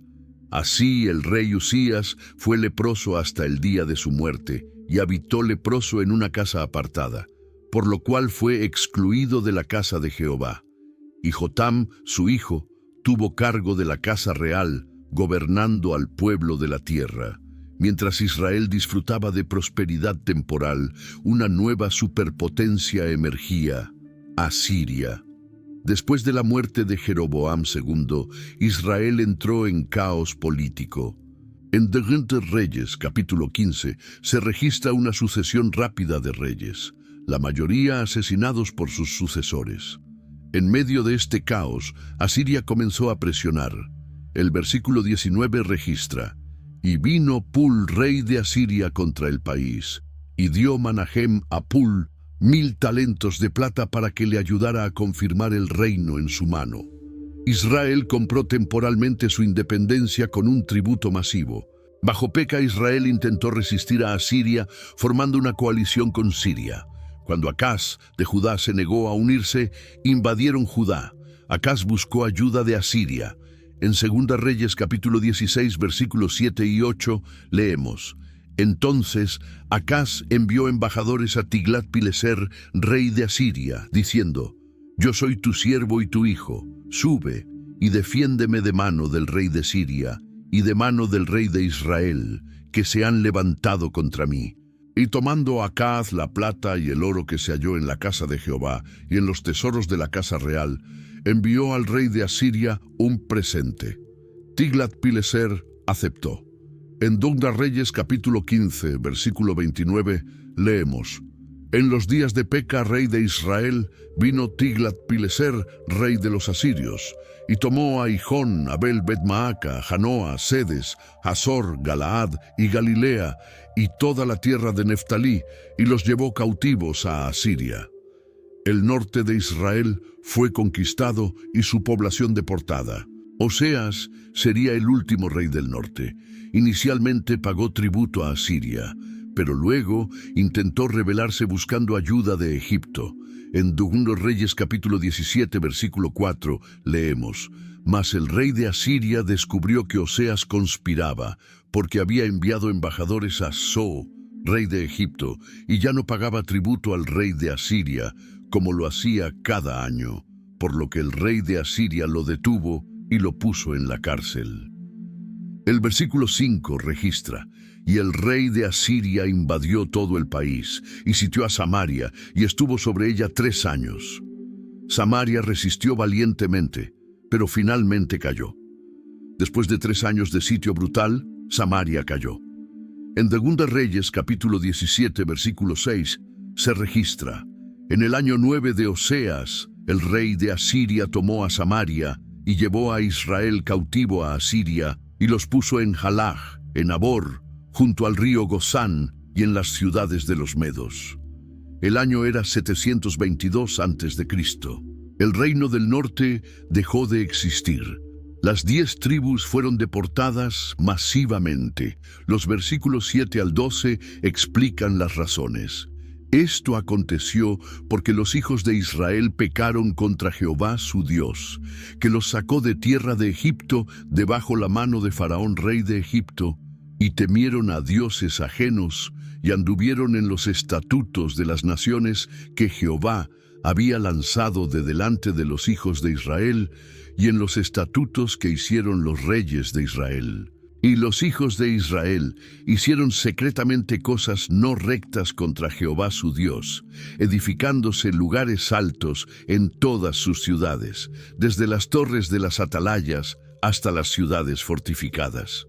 Y se levantaron estatuas e imágenes de acera en todo collado alto y debajo de todo árbol frondoso, y quemaron allí incienso en todos los lugares altos, a la manera de las naciones que Jehová había traspuesto de delante de ellos, e hicieron cosas muy malas para provocar a ira a Jehová, porque sirvieron a los ídolos, de los cuales Jehová les había dicho: «Vosotros no habéis de hacer esto». El versículo 13 recuerda las advertencias. Jehová amonestaba entonces a Israel y a Judá por medio de todos los profetas y de todos los videntes, diciendo: «Volveos de vuestros malos caminos y guardad mis mandamientos y mis ordenanzas». Pero Israel no escuchó. El versículo 14 describe su obstinación. «Mas ellos no obedecieron, antes endurecieron su cerviz, como la cerviz de sus padres, los cuales no creyeron en Jehová su Dios.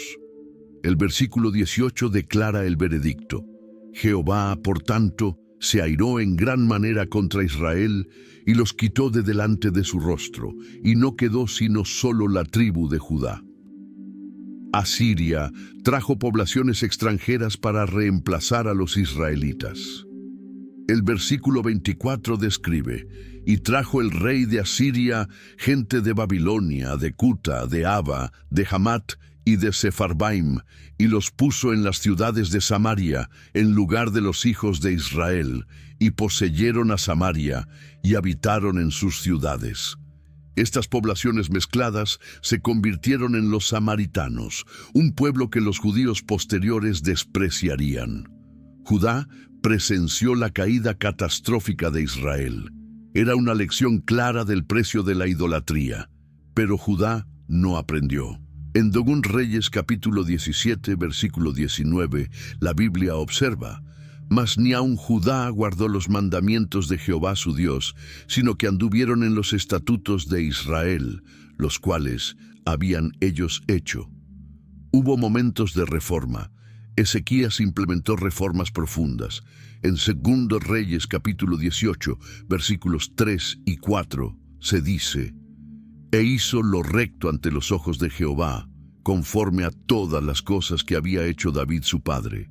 Él quitó los lugares altos, y quebró las imágenes, y cortó los símbolos de acera, e hizo pedazos la serpiente de bronce que había hecho Moisés.